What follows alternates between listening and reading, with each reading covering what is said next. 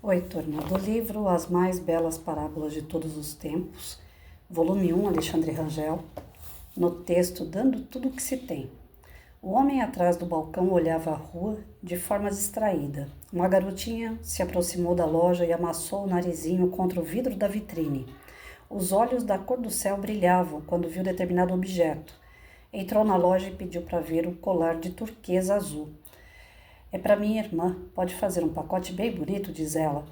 O dono da loja olhou desconfiado para a garotinha e lhe perguntou: quanto dinheiro você tem? Sem hesitar, ela tirou do bolso da saia um lenço, todo amarradinho, e foi desfazendo os nós, colocou-o sobre o balcão e feliz disse: isso dá? Eram apenas algumas moedas, que ela exibia orgulhosa. Sabe, quero dar esse presente para minha irmã mais velha. Desde que a nossa mãe morreu, ela cuida da gente, não tem tempo para ela. É aniversário dela e tenho certeza de que ela ficará feliz com o colar, que é da cor dos seus olhos. O homem foi para o interior da loja, colocou o colar em um estojo, embrulhou com um vistoso papel vermelho e fez um laço caprichado com uma fita verde. Tome, disse a garota, leve-o com cuidado. Ela saiu feliz, saltitando pela rua abaixo. Ainda não acabara o dia quando uma linda jovem de cabelos loiros e maravilhosos olhos azuis entrou na loja. Colocou sobre o balcão o já conhecido embrulho desfeito e indagou: este colar foi comprado aqui? Sim, senhora. E quanto custou? Ah, exclamou o dono da loja. O preço de qualquer produto da minha loja é sempre um assunto confidencial entre o vendedor e o cliente. A moça continuou: mas minha irmã tinha somente algumas moedas. O colar é verdadeiro, não é? Ela não teria dinheiro para pagá-lo. O homem tomou o estojo, refez o embrulho com extremo carinho, colocou a fita e o devolveu à jovem. Ela pagou o preço mais alto que qualquer pessoa pode pagar. Ela deu tudo o que ela tinha. O silêncio encheu a pequena loja e 2 lágrimas rolaram pela face emocionada da jovem, enquanto suas mãos tomavam o pequeno embrulho. A verdadeira doação significa dar-se por inteiro, sem restrições. Gratidão de quem ama não coloca limites para os gestos de ternura. Seja sempre grata, mas não espere pelo reconhecimento de ninguém. Gratidão com amor não apenas aquece quem recebe, como reconforta quem oferece. E aí fica difícil. Aí a gente fica com o nariz vermelho. Gente. Tem aí algumas situações pra gente estudar a parte, né? Tem a menina, a inocência da menina, de querer fazer algo pela irmã em forma de gratidão, porque a irmã cuida dela, da casa dos irmãos. Tem a questão do homem, que depende da venda dele para ganhar o salário, né? O tamanho do prejuízo financeiro, ele dar uma joia cara à menina. E tem a irmã nessa situação, que é aquela que assumiu as responsabilidades e não estava esperando nada em troca.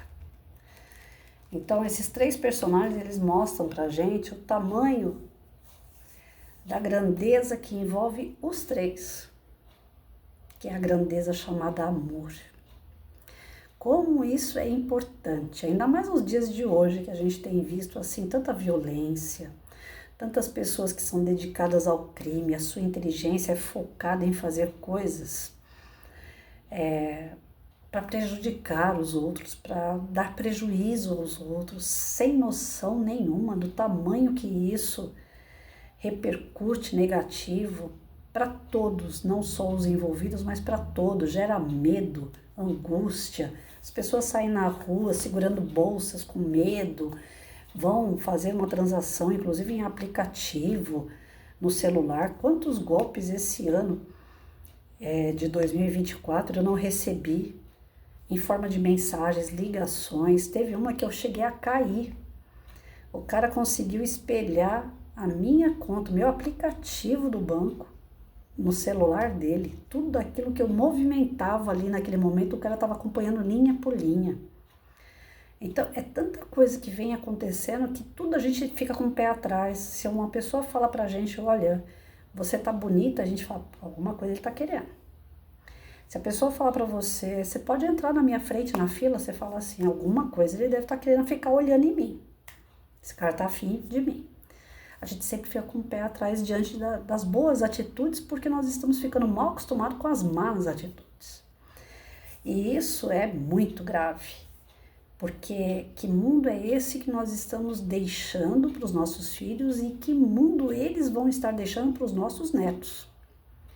Se nós não podemos confiar nas pessoas, se nós não podemos confiar nas situações, nas boas intenções, no amor, na dedicação do próximo para com a gente, o mundo está se perdendo.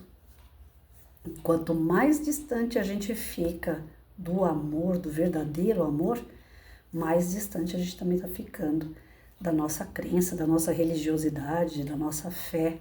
Seja o nome que for que vocês dão, que eu dou o nome de Deus, né?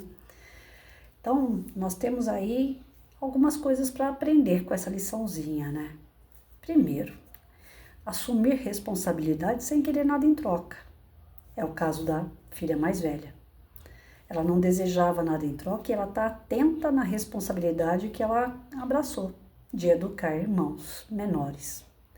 Nem pais hoje estão assim, com essa responsabilidade. Como eu posto os vídeos também na plataforma do Quai, TikTok, né? Eu vejo nessas plataformas assim mães que colocam crianças para ficar dançando, rebolando na frente da câmera. Teve uma recentemente que ela foi processada pela Vara da Infância, né? Que a gente dá o nome de Conselho Tutelar hoje. E está sendo processada e pode até perder a guarda da menina. Tem um outro menino que eu tenho visto que a família colocou um cílio grande nele e manda ele falar como se ele fosse afeminado. Então, é engraçado? É.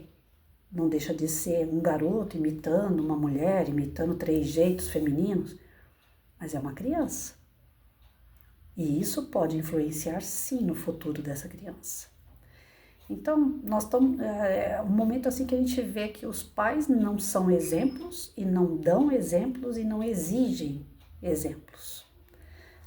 A menina da história, ela abraçou essa responsabilidade que os pais deveriam ter. Mas no caso dela, a mãe era falecida. E os pais que eu digo, os nossos, né, do nosso cotidiano. Eu, por ser professora, eu sempre exigi que pais tomassem as rédeas da educação dos seus filhos. Hoje eu estava conversando com uma amiga sobre educação de filho, e aí a gente comentando, né, como que são as atitudes dos filhos, então ela falou assim, é aquele que é muito preso, quando solta, ele voa. Eu falei para ela, eu discordo, porque eu prendi demais o meu. Ele voou, mas ele voou e fazendo algumas escolhas erradas, outras boas. A errada é que de vez em quando ele fuma cigarro, de vez em quando ele bebe, quer dizer, é aquele cara bem sem vergonha, né? Que quando tá nervoso ele precisa de fumar, quando tá nervoso ele precisa beber alguma coisa.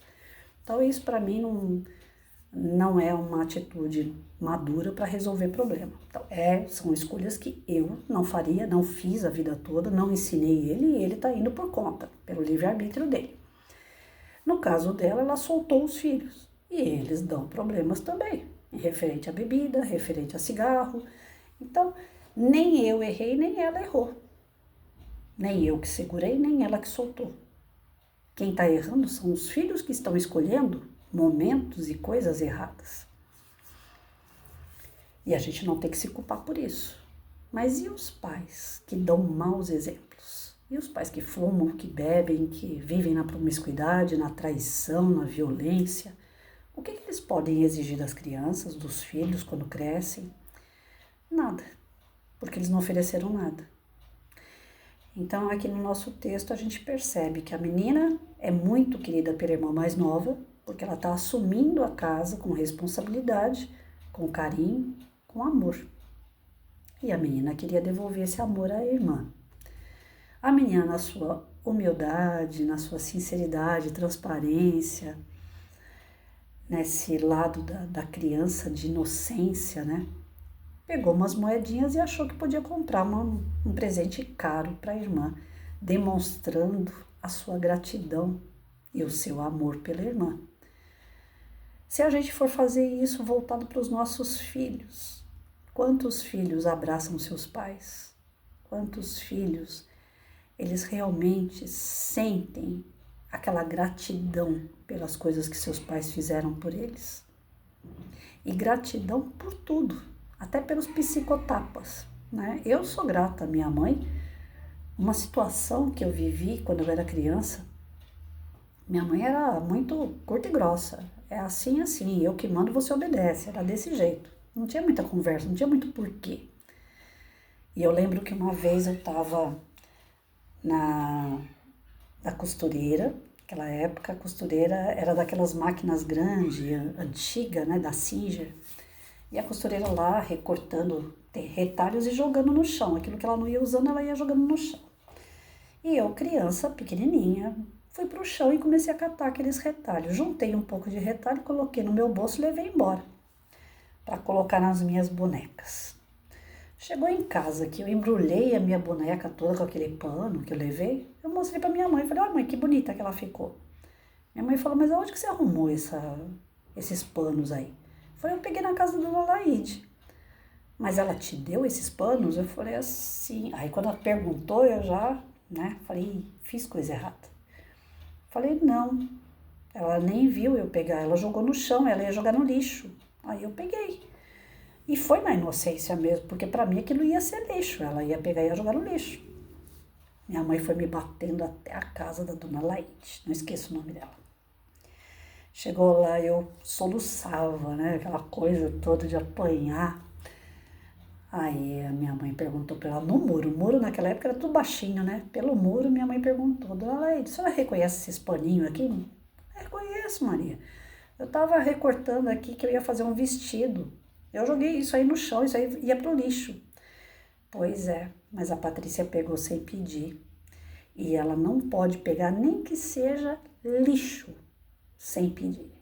Então ela tá apanhando e ela vai apanhar daqui de volta para casa de novo, para nunca mais ela esquecer. Os tapas que minha mãe me dava era na bunda, né? Ficava com a bunda toda vermelha. E aquilo eu agradeço. Naquele momento, é lógico que a criança fica até com raiva, né? Putz, eu tô apanhando por uma coisa boba, eu só peguei uns trapos. Mas com o passar do tempo, as pessoas sempre têm aquela coisa, as amigas, né? Patrícia, pega uma caneta pra mim lá na minha bolsa. Eu pego a bolsa e levo pra pessoa. Pega a sua caneta aí, depois eu guardo a bolsa de novo. Mas Patrícia, pode pegar a caneta. Não pego. Eu não mexo em nada que é dos outros. E isso, toda vez que alguém manda eu pegar alguma coisa, eu já penso naquela cena. Aí só fala, nossa, ficou traumatizada. Não, não é trauma. É conhecimento. Eu adquiri o conhecimento. Eu não devo mexer nas coisas dos outros e eu não mexo. Então, os pais da gente ensinavam, às vezes, na grosseria, na ignorância, mas a gente aprendia e a gente tinha aquela coisa do respeito. Bateu, a gente só encolhia, não tinha essa da gente avançar no pai e na mãe, porque o pai e a mãe tá corrigindo a gente. Com o passar do tempo, a gente agradecia, porque sabia que aquilo ali era para o nosso bem. Então, a menina, ela foi agradecer a irmã pela dedicação da irmã na sua educação. A gratidão está envolvida no amor que ela sente pela irmã. O rapaz da vitrine, o dono da loja, como eu falei, ele poderia ter tido ali um prejuízo grande, uma joia cara, ele pegou umas moedinhas simplesmente. Mas ele viu o tamanho do amor daquela menina pela irmã e a falta de condições de dar algo bom para a irmã. Então ele fez o quê? A caridade. Ele ajudou aquela menina a realizar um sonho. E quantos de nós somos chamados diariamente para realizar o sonho dos outros? Mas a gente, pelo nosso egoísmo e nosso orgulho, a gente não faz nada. A gente acha que o problema do outro é do outro. Sendo que quando a gente ajuda o outro a resolver o problema dele, não é só ele que vai ficar feliz. O maior beneficiado na alegria de ajudar somos nós mesmos. Toda vez que eu ia para o abrigo de idosos, levar alegria para os idosos, levar dança, música, teatro, através dos meus alunos, eu ia na intenção de levar a alegria. Adivinha quem saía mais alegre no final das contas? Tinha aluno meu que falava, professor, eu não quero nem ir embora, tá tão bom aqui. Eu me sinto tão bem aqui de ver esses velhinhos dando risada, felizes, dançando, cantando. Eles estão bem, graças a nós aqui. Não dá vontade de ir embora, professora. Quantas vezes eu não escutei isso dos meus alunos? Que eles não queriam ir embora de uma atividade que a gente ia para fazer, uma atividade solidária, e a gente recebia alegria, mas uma alegria tão grande que não dava vontade de ir embora.